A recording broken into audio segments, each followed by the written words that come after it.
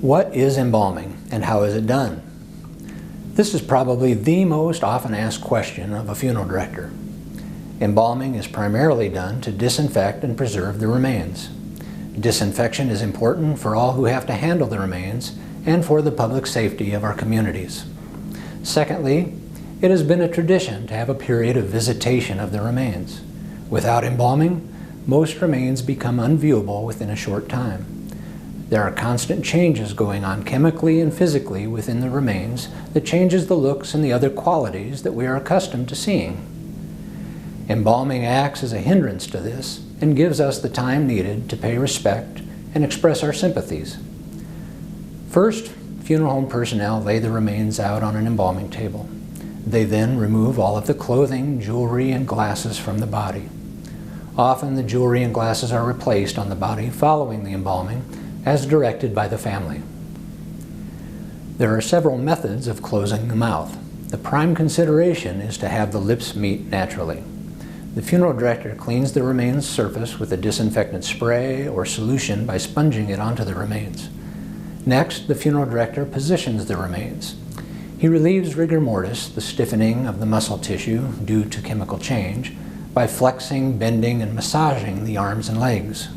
Then he or she will move the limbs to a suitable position, usually with the legs extended and the arms at the sides. To begin the embalming process, which is the removal of blood and replacing it with formaldehyde-based fluid, a small incision is usually made on the remains on the right side of the lower neck.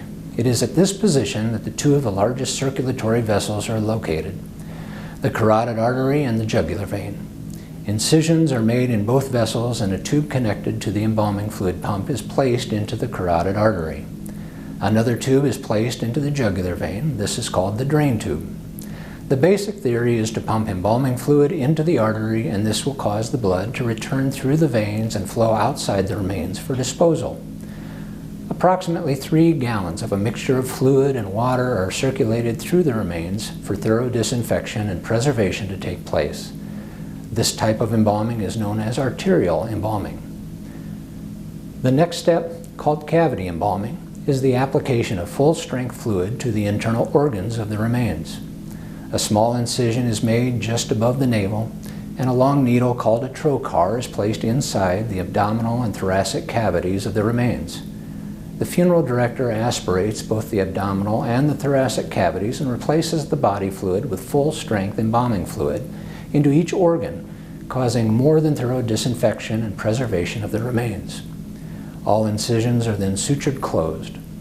After washing the body, then the dressing, cosmetics, and hair are done before placing the body into the casket and positioning the arms and any jewelry or other items the family may have requested.